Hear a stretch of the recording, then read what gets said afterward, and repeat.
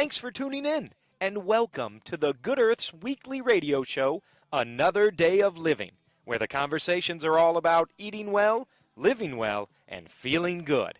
And now, here's your host, Alex Litwack.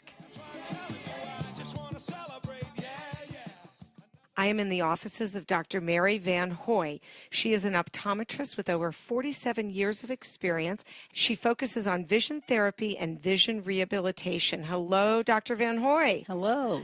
So we have talked about all kinds of things on this show. You have been a guest of mine more than once, and I always learn something, and you are doing something brand new called Sensory Learning Program.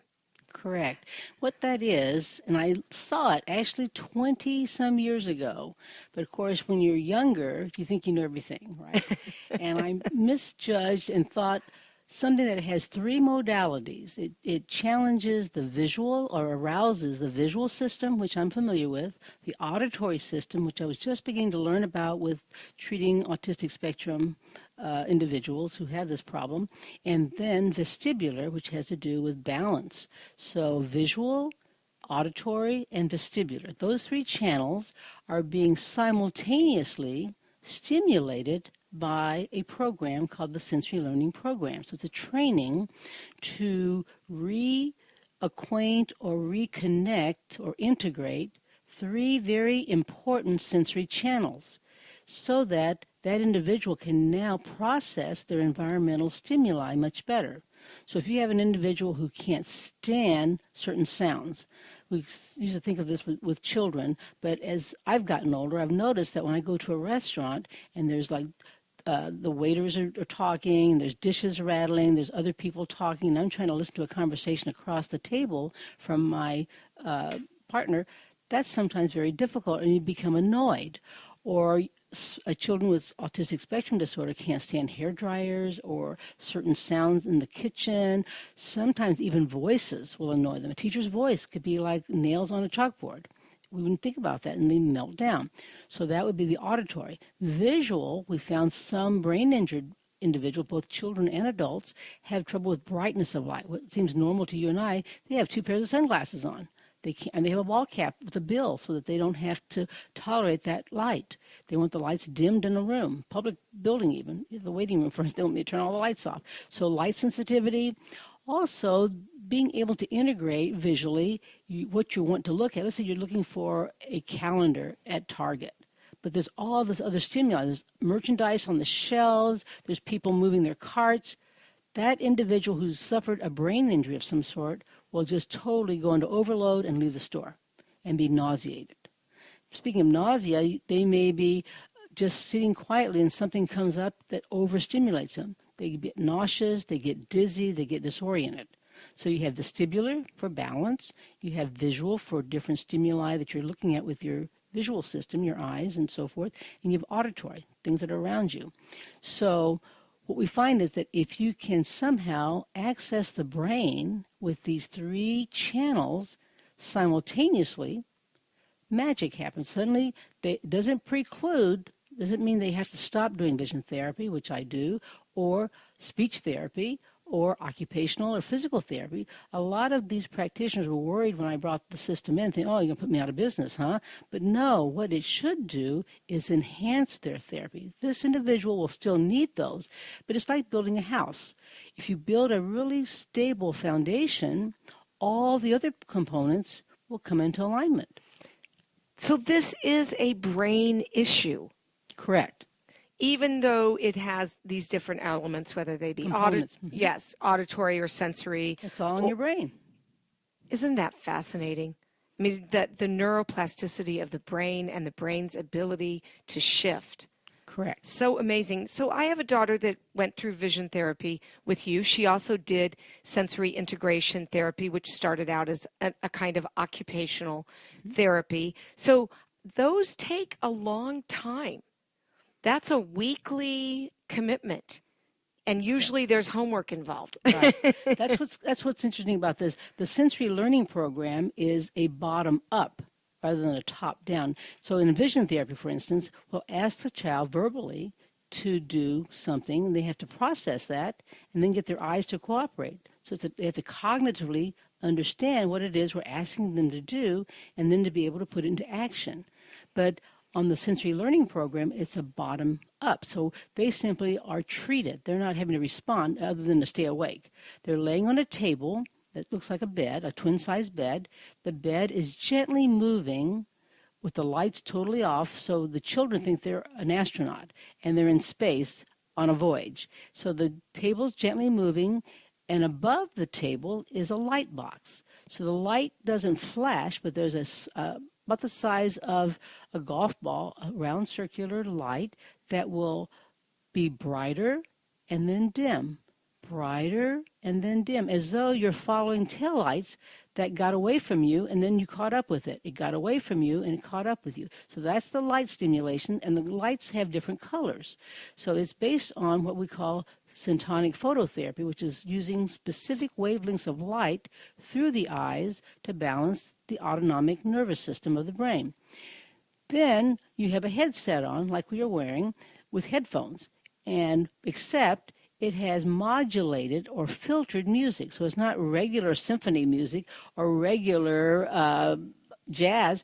It has components that are missing, so it arouses and wakes up the auditory system. Like, hey, wait a minute, what's wrong with it? That doesn't sound quite right. Or you feel like you're losing reception in the car, or you have a little bit of static. So it definitely arouses the auditory system. So you've got the table moving in the dark, you've got a light that's pulsating in and out as far as brightness, and you've got this funny music. So you've got these three channels that are, it's very relaxing though. So you're moving like in space with the lights all off, music playing, and lights going. And you go for 12 consecutive days. You don't want to miss any days because it's like charging a battery. You have to get that additive effect. So each day though, the table can rotate as though you're doing a barrel roll gently down a hill to arouse the vestibular, the hairs in the inner ear for the vestibular channel, while the music changes and the lights change. Do you start at the same place with everybody who walks in the door to do this, and the program is progressive, or is it tailored to each person who comes in? Before we do treatment, we do baselines. We do a listening profile to find out if that individual has hypersensitivity or hyposensitivity to certain frequencies of sound. This was based on the French ear, nose, throat doctor, Guy Berard, who found back in probably the 60s or 70s that teenage girls in France were self-harming and suicidal, and they were living in a boarding school. And he found within a short period of time, when he gave them listening therapy using specific wavelengths of frequency for auditory, they got better. So Mary Bowles, the founder of the sensory learning program, tied that piece in, the auditory, with Jean Eyre's piece about the vestibular for children with autistic spectrum disorder. And then she met one of my colleagues, Dr. John Downing, who is just trying to get into specific wavelengths of light to treat visual problems. So she got syntonics involved, she got vestibular involved, and she got the specific listening program involved. So they have these testing to see, do they have any problems with the listening, with hypersensitivity, and then also with visual. I do a visual field test to see if they have any tunnel vision. If they're overstimulated, they tunnel in to survive. So these basic tests will then allow me to know how to customize their program. So they still do the table, they still do 30 minutes in the morning and 30 minutes in the afternoon for the child, or 60 minutes with a 15-minute break for adults if they're not real fragile. But it's based on how their SLP or sensory learning program tests were done, but they still go through the same process.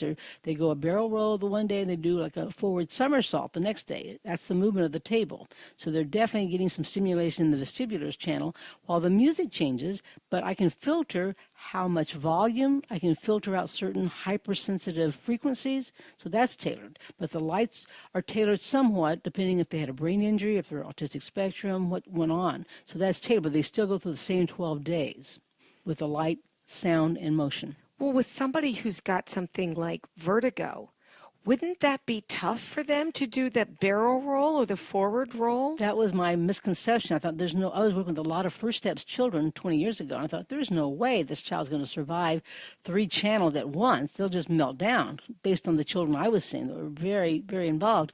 but that's not true. If you engineer it correctly, and of course it's a trade secret sort of how they did this, but when Mary Bowles first started, she said, okay, vestibular, auditory, visual, got it. She put the patient in 3 separate rooms to do each one. Nothing happened. Because in the real world, think about it, we don't just have visual isolated, auditory isolated, vestibular, it's all together. So she engineered it so they all are together simultaneously. But we have what we call C-bands around the wrists to work with nausea. We'll try to support them, but yes, it can be very disturbing for some, and some are too fragile. We'll have to do other things first.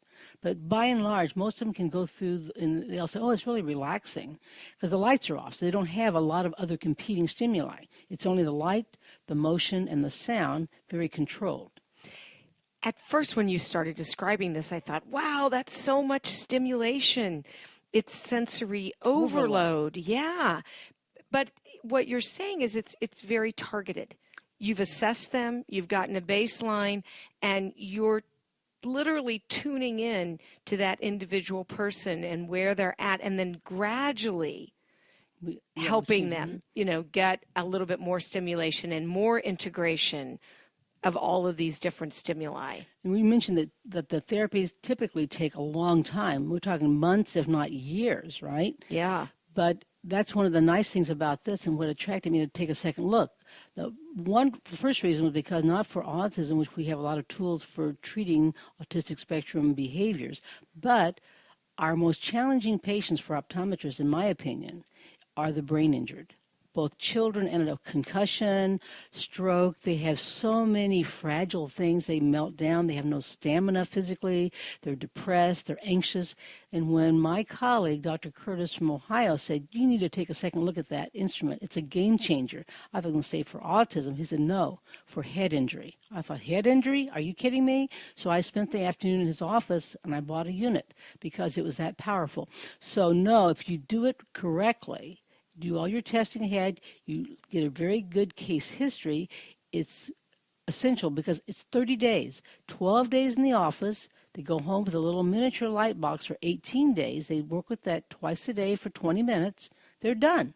So the sensory learning program is only a 30-day program, and that will now prepare them to be much more responsive because they now have better sensory receptivity for all the other programs, OT, PT, speech, vision. They are more responsive because their nervous system is more stable. As you said, you are laying that foundation. Correct. And building that house on top of it. So why just the light box for 18 days? How come you don't need to stimulate, the other senses and the auditory issues? It's sort of like if you've been painting a house and you sand it, and so you've done all the sanding and all the hard work. The 12 days is stimulating those 3 channels we talked about. So then you go home with a light only in magenta. We don't do the ruby red, the bright red, the lemon green, the blue green, the violet, and then the magenta. We do magenta to settle down the dust. It's like collecting the dust and reorganizing the brain. So you had 12 intense days. It seems gentle, but it's 12 pretty intense days. And some of our adults and children have what we call resurfacing, retracing, where the trauma they've had comes to the surface and, oh my gosh, this is getting worse, Dr. Mary. I'm not sure about this. And I said, that's good. It's coming to the surface so you can get rid of it. It's like if you've got some toxin in your body, you have a healing crisis. It's sort of like that. So, and then 2 days later, they're back to feeling much better. I had a young, in my opinion, she's 31, mother of 4, but she had fallen at Qdoba. And she had cut her head open, and she had 5 stitches, but said, oh, you're lucky you didn't have a concussion. And it was during a weekend, of course. And so she went home, and then she had nausea. She had dry heaves. She spent 2 years trying to find a doctor to believe her. They finally said, oh, it's postpartum. She says, give me a break. My child is 18 months old. I don't think so. And then she went to a well-meaning occupational therapist who did vision therapy with her and said, well, you met 80% of your goals. You're dismissed. She thought, oh, my God, if I'm 80% better and I feel like this, my life is ruined. She got very depressed. They wanted to put her on an anti-anxiety pill, on depression pills. And finally, I'm not sure how she found us. Oh, she couldn't wear her glasses. So her optometrist sent her to me for light therapy, for syntonic phototherapy. So we started that. She was getting better, but it was a slow process. And we were having an open house for this new product. And at first, I didn't have any of my brain injury information. She goes, well, I have a lot of problems, but I'm not autistic. I said, oh, excuse me. Yeah, there's one for brain injury here, too. But she's the one that on day 5, she popped her head in the door and said, oh, my God, Mary, I think this is getting worse. All of my anxiety is coming back. I'm feeling depressed. I said, hang in there. It's coming to the surface. We're on the lemon green, which is the detoxifying color. And by day 7, she said, oh, you're right. I'm so much better. She's sleeping better, and she's reading faster. She's a medical editor. She had to look at 2 monitors back and forth, and she'd just get dry heaves just even thinking about it. So now she's back to work. She can tolerate electronic devices. She didn't have to set 2 alarm clocks so she can wake up in time to get the school bus for her 9-year-old. So it does work, but it takes time, but not as much time for that foundation. That's what really was attractive. 30 days. Think about it. 30 days, and you've got your wiring back in place to be able to do the other things. I think about kids that are on the autism spectrum, and I think they have so many layers. Like an onion. Like an onion. And so if you peel back with this program a bunch of those layers, you're right. It must make it so much easier for them to grow and to develop their other skills because it's like the noise is taken away. Right.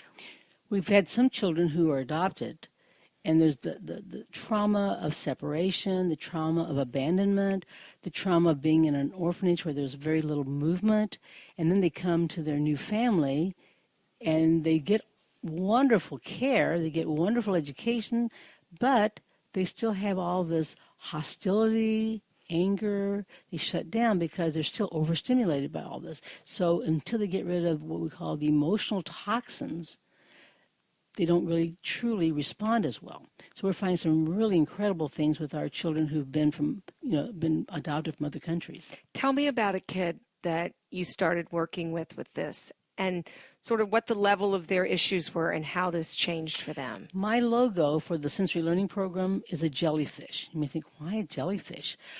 Well, this little girl was 7 years old, and of course, with HIP, I can't tell names, but she came into me literally biting on the toe of her keen sandal. This was about a year ago. And she came to me because she'd just come from a psychiatrist who talked in front of her to her mother that this child had a very low IQ. She'd probably always lived with them.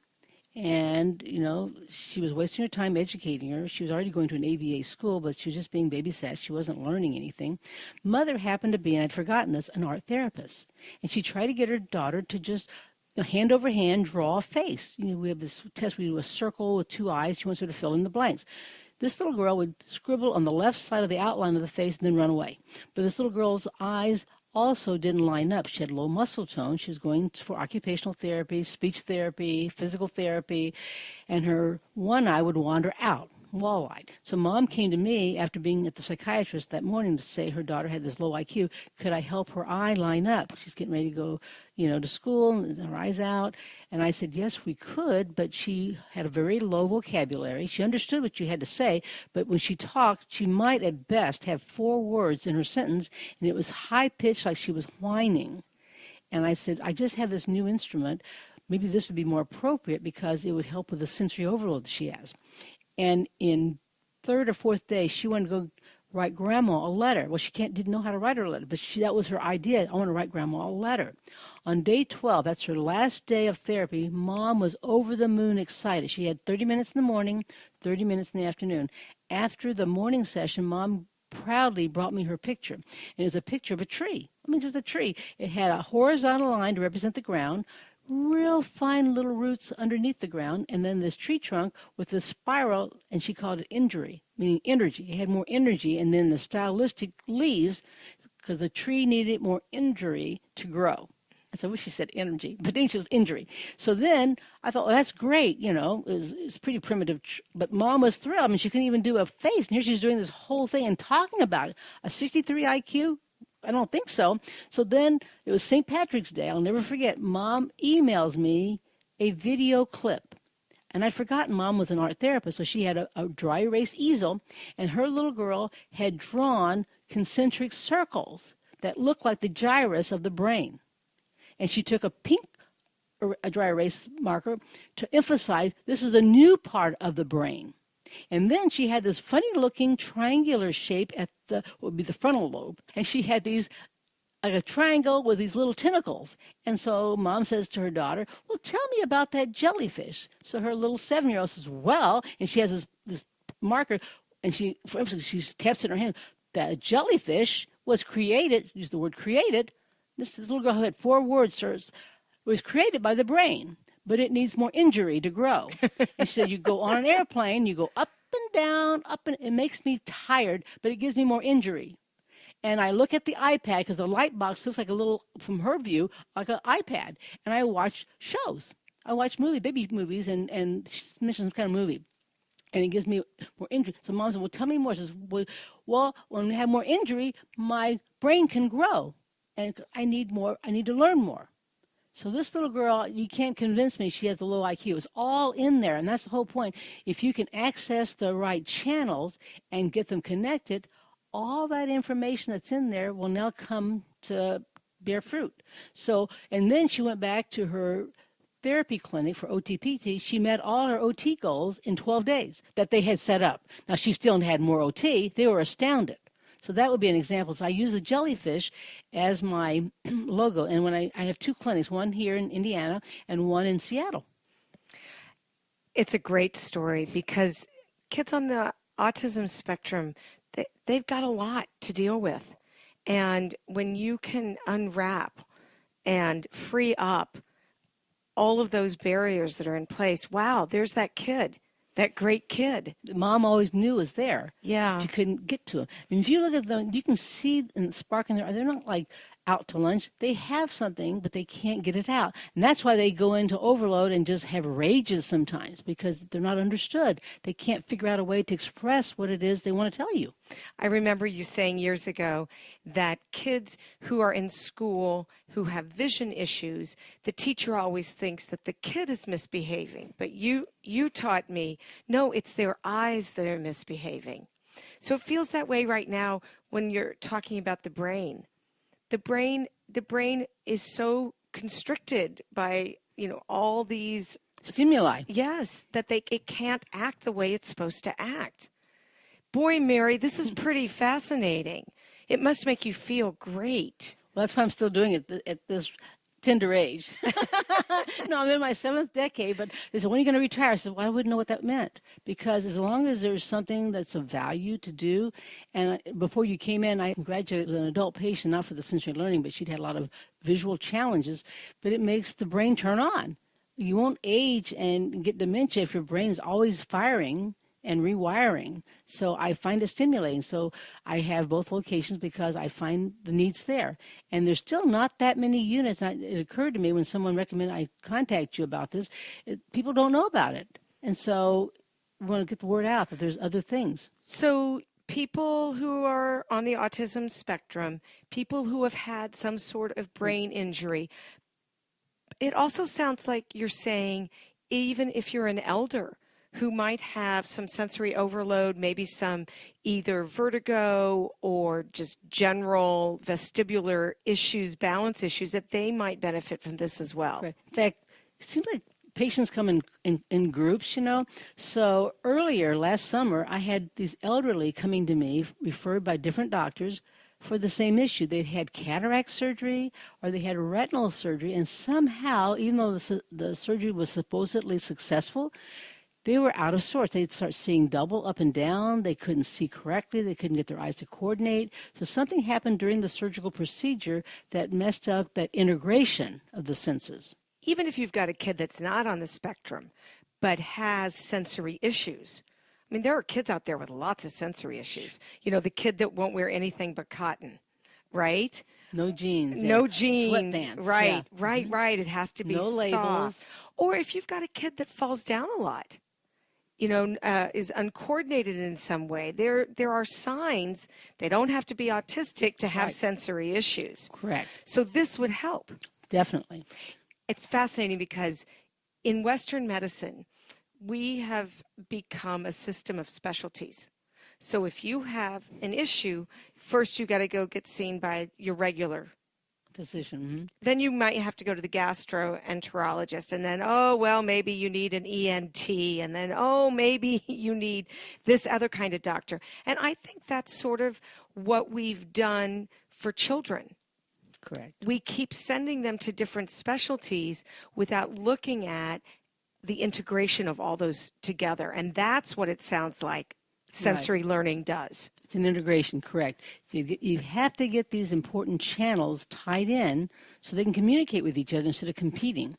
I equate it like in Indiana when you're in a snowstorm, all those snowflakes are beautiful, but if you're the driver and it's hitting your windshield at night, you don't know, you can't process, you can't tell what exit I get off, am I too close to the car in front of me? You become overwhelmed, overloaded. So it's a matter of being able to quiet the noise so you can pay attention to the primary stimuli and be aware of the other, but you don't have to be competing with sound and motion and vision. And think about all the kids who are sitting in front of screens all day long. Right. Right?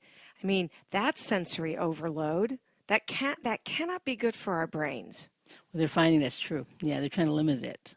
Very much. So if someone would like to contact you, Dr. Mary VanHoy, your website is eyesforwellness.com. eyesforwellness.com, and they can find out about vision therapy and the sensory program. You can go to the parent company called sensorylearning.com. That's based in Boulder, Colorado. It's now directed by the founder's daughter, Julie Stutz, and we have like 30-some clinics across the country, which isn't a lot. There's one in Italy, one in Australia, and one in the Middle East. But the rest are here in the U.S. Well, I love that you are a part of the cutting edge of helping people feel well, get in balance, and move on with their life in a successful way. Thank you so much for being on the show. Appreciate it.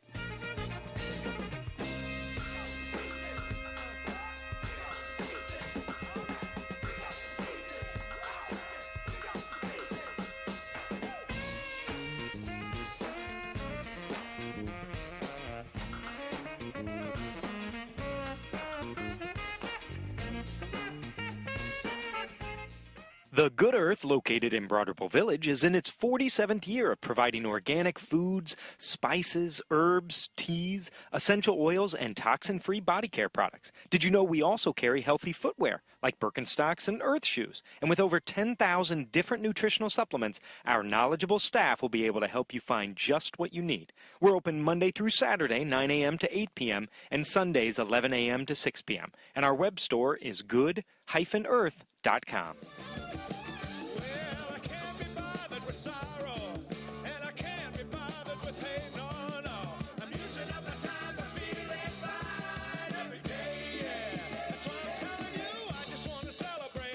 That's our show. Next week, my guest is functional medicine Dr. Ellen Antoine. I hope you'll join me. If you've missed a show, you can find it at goodearthradio.com. And don't forget, you can follow us on Twitter, Instagram, and Facebook. Thanks so much for tuning in. This is Alex Litwack. Have a great week. The happiest half hour of your day has been brought to you by the Good Earth Natural Food Company, keeping Indy healthy since 1971.